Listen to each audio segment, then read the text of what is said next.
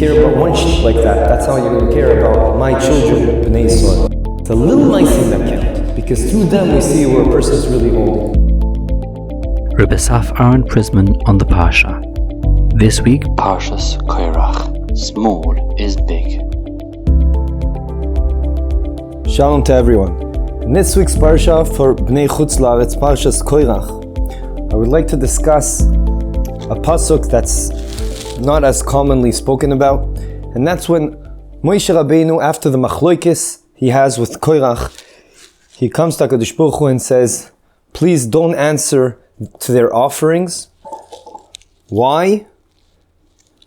Because I didn't even enjoy and I didn't take out of their pockets, but rather my pocket, the donkey I used. The literal words, the translation of the pasuk is, and he said to Hashem, do not turn to their gift offering. I have not taken a donkey from them at all. If you look carefully, Rashi on the pasuk explains that what is Moshe Rabbeinu referring to? That he didn't even take from them the cost it took him to take the donkey from Midian, which is the city he was at, to come to Mitzrayim, to be a shaliach of Hashem, to redeem the Jewish people and take them out of Mitzrayim. So what is his big go-to? His big go-to is that the cost of the journey was on himself and not on the Jewish people. So it sounds like he's saying, in merit of that, Hashem, please, we know they're wrong and I'm right, please don't answer their offering. Which would show that they're right, chas v'shalom. We know it's not true. The question begs itself, question number one.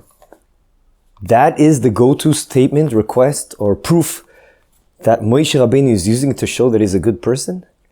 The fact that he didn't use his own money for the donkey ride?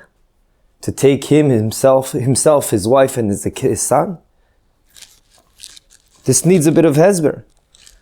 Question number two, I would like to share with you a famous Gemara in Avodah Zarah, Daf Yud Ches Amud Aleph. It said that when Rabbi Yosi ben Kisma was a bit sick, Rabbi Chanina ben Teradyon came to visit him. So Rabbi Yosi ben Kisma told Chanina ben Teradyon, he said, I can't believe you, Rabbi Chanina, that you're teaching Torah in public. Don't you know what the nation that's ruling right now is all about? They're going to kill you. It's very dangerous. It's a crazy self-sacrifice. Because he was teaching Torah in public to many people, despite the fact there was a decree that you weren't allowed to do so. Then Rabbi Chanina asked Rabbi Yosi, Rebbe, what do you think is going to be my share? You think I'll have Olam Haba? I'll have a good chelik in Olam Haba, in the world to come? He answers him back, tell me any maaseh that came to you that you did, and we'll decide. Amar loi, so Rabbi Chanina answered him back, I'll tell you the truth. The other day I had coins.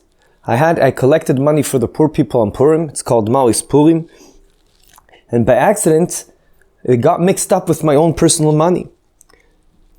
So I decided just to play it safe and collect and take all the money I had, the mixture of my money and the money I collected for tzedakah on Purim, and I gave it all to poor people.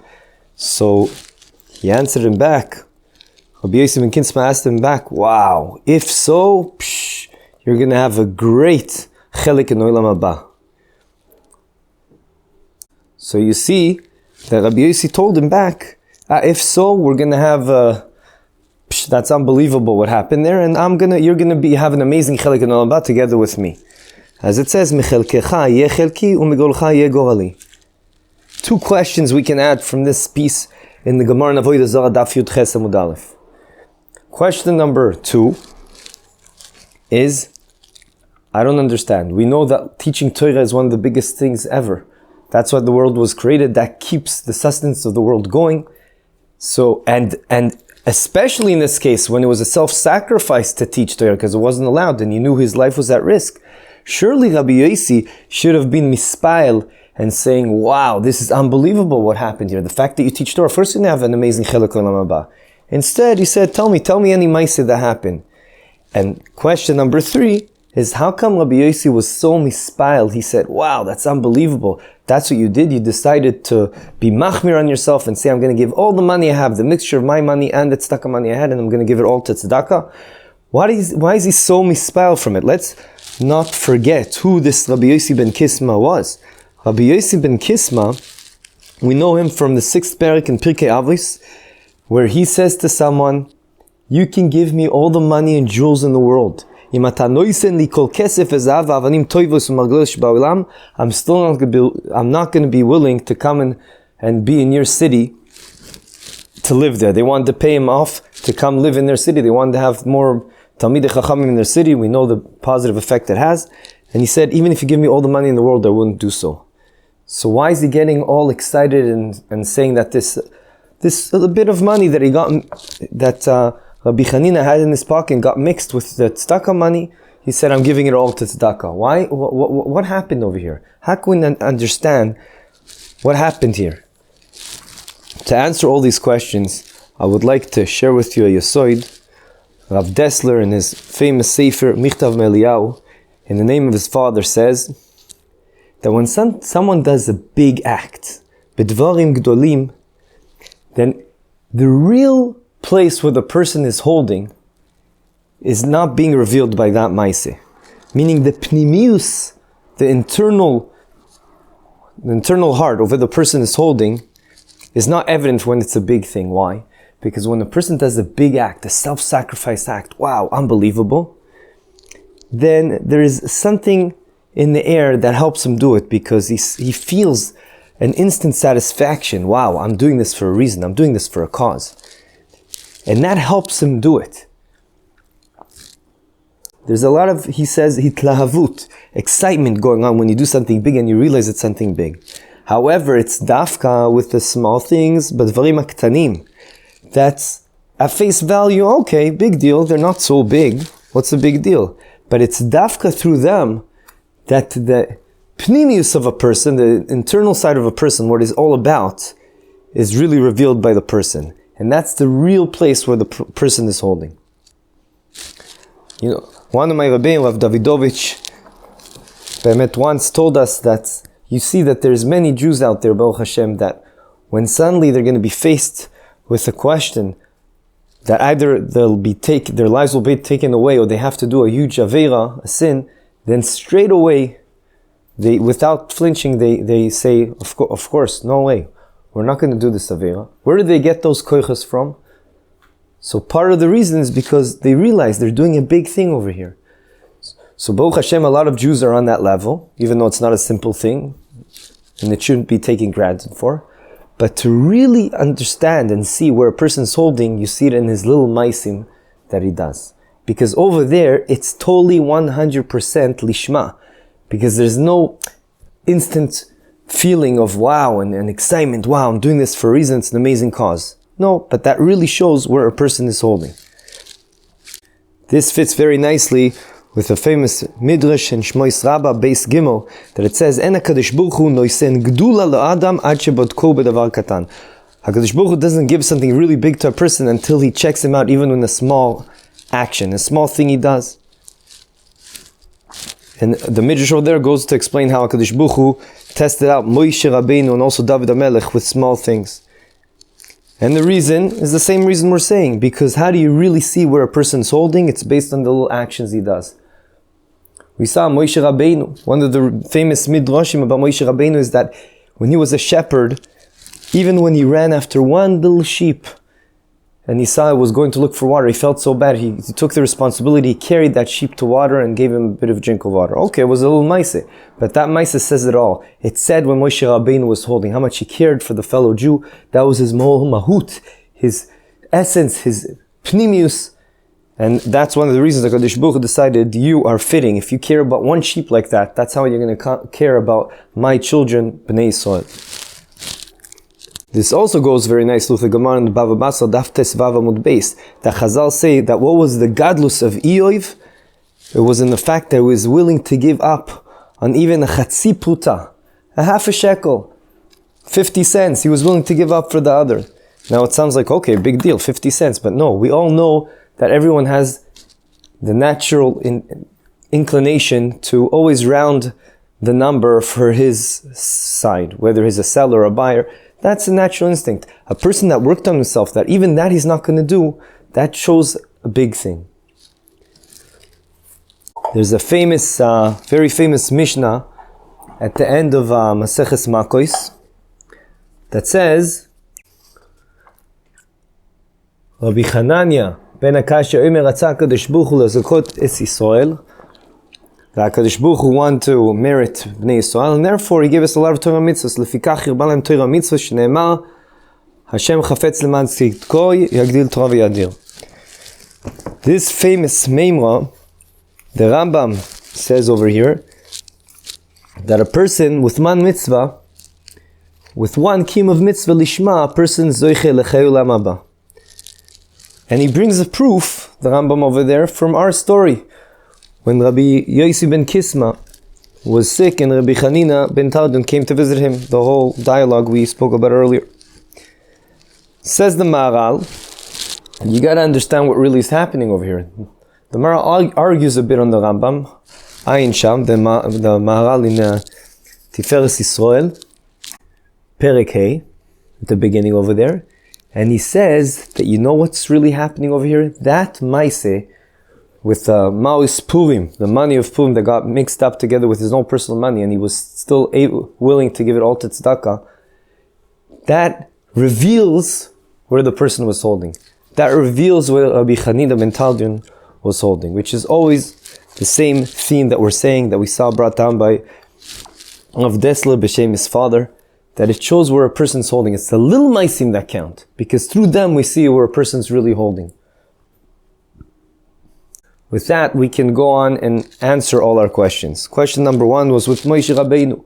He's turning to HaKadosh Baruch Hu and tells him, Hashem, you know, even the cost of the donkey to be a shaliach, to take Bnei Yisrael out of Mitzrayim. When I went from Midian to Mitzrayim, I paid it out of my own money. And we asked, what, that's such a big thing? And the answer is yes, it's a big thing. Why is it a big thing? Because for him it was a tiny thing, but it didn't matter. It was so within him, so implemented in him, so intrinsic to his essence, that of course I'm not going to take money for that. And that reveals who the person is. That reveals where his pnimius is all about. The same is true with a story when Rabbi Yosi came to visit Rabbi Chanina ben Teradyon. He didn't get excited over the fact that he's teaching Torah and he's risking his life for it, even though it's a huge thing and we can't belittle that. But that does not really show on the finest details where the person's holding. It's the little maaseh that happened with the Purim, with the money of Purim, that he saw. Wow, that really reveals where you are. You're holding on a high level. You're even going to be with me in Olam Haba. And that's why he got excited, despite the fact, which answers our third question, despite the fact that Rabbi Yosi himself is the Rabbi Yosi that was willing to give up all the money in the world as long as he lives only in a place of Torah.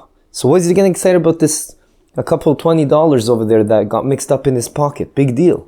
The answer is it is a big deal. Because when it's in your eyes a small thing, you still are makpid and ensure to do the right thing and go lechuma, to do Ratzon Hashem, to help your fellow Jew, to go do what HaKadosh Baruch Hu wants you to do. That really reveals where you're holding, and that you realize and you're focused what life is all about. I'll never forget one of the Rabbanim I had in my yeshiva, Rav Kamenitz Shlita. Just seeing him say Asher Yatzah had a major effect on me. Why? He didn't see anything next to him. Nothing. He was standing still, would never walk, like the halacha says you really should do. Unfortunately, not many do. They joke around about it, that it's called Tfilas Haderech, because you say it as you walk. But really a person should just stand still, think, concentrate what the words he's saying, which it's also a huge skula, to be healthy and not need doctors. But you just say from your heart, HaKadosh Baruch Hu, I know it's only b'zchut you that I'm able to live, that my heart's working, etc., etc. I want to add one little idea to this, on top of what Rav Dessler said, and I want to give my own 2 cents, if I can, about why it's the little maisim that count. So, Rav Dessler told us about this idea that it really reveals who you are. But why does it really reveal who you are? Because even though it's something small, you're still ensuring to do the right thing, because that really shows who you are, and it's independent of the enthusiasm you have by doing the maaseh, because wow, this is amazing, I feel like I'm accomplishing something. Even though you feel like, okay, it's a small thing, but still you do it, that shows what you're all about. But I want to add another dimension of this, and that's because it's the little maisim that happen over and over again. And they come over and over again. When you do once in a while a big thing, okay, that's nice. You can compose yourself and work on it, and wow. But when you do it day in, day out, like the example I gave of Asher Yatzar, every day, 4 times a day, to stand still, not to move, and to concentrate when you're saying the words, that's unbelievable. That shows that you're really focused and you realize what life is all about, and you realize that you owe HaKadosh Baruch Hu Hakaras HaTov for what He has done for you. I would like to end, they say Girsa de Ankuta lo mishtakha, which means something you learned when you were young, you don't forget it easily. I want to share with you, many years ago when I was in grade 4, we lived in Phoenix, Arizona. There weren't so many shows around that area at that time, so we walked for an hour each way to this Chabad minyan. In that Chabad minyan, there was a very special woman that she took the little kids, I was a little kid at the time, she took us aside, and during the laning, she told us the story. So I'll never forget this story that she said, and I want to connect it to what we said today. The story goes as follows.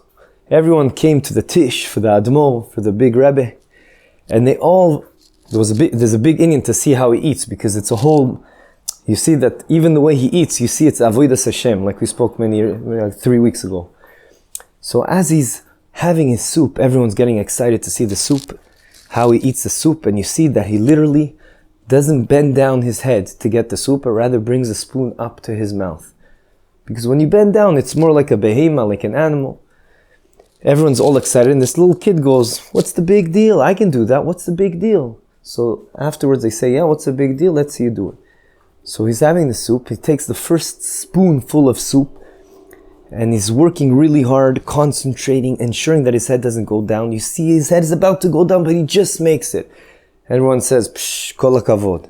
Now try doing that for every spoonful that you have from this soup, and try doing this every time you have soup. That's already not so pashut. That's you should be amazed from, and that's the nekuda I want to add. That it's the little acts that we do every day that count, and from a certain perspective, even more than the bigger ones. Why? 2 reasons. One, brought down by Rav Dessler, Shlita. Because when you do something small, you don't have the extra excitement, and you see that it's totally for the sake of doing the right thing, which is the best way that shows us, reveals who you really are. And I want to add reason number 2, it's the little maisim that happen, these little maisim happen every day. So every day to be consistent and to do the right thing and to be makpid, to help your fellow Jew, whatever it is, in chesed, and learning every day, even 2 mishnayos, but just learning every day. We know the koyach of consistency, but in our case, we're talking about the idea that it really proves who you really are. Yeh Ratzon, HaKadosh Baruch Hu will give us the koyach to ensure not only to do the big things, but even the small things, to do them in a way, Ratzon Hashem, to be consistent, and through that, we will show ourselves and HaKadosh Baruch Hu how much we realize what life is all about. Have a good Shabbos.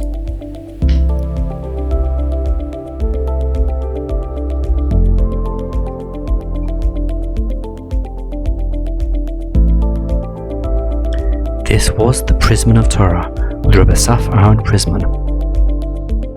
Subscribe to our podcast, share with your friends and neighbors. You can listen directly from our homepage, prismanoftorah.com. Our website is currently being upgraded. Thank you for your nevefa for your recording equipment. Technical support for this podcast is done for free by Eli Podcast Production, Lunishmas Yaakov Alexander, Ben Mordechai Doif.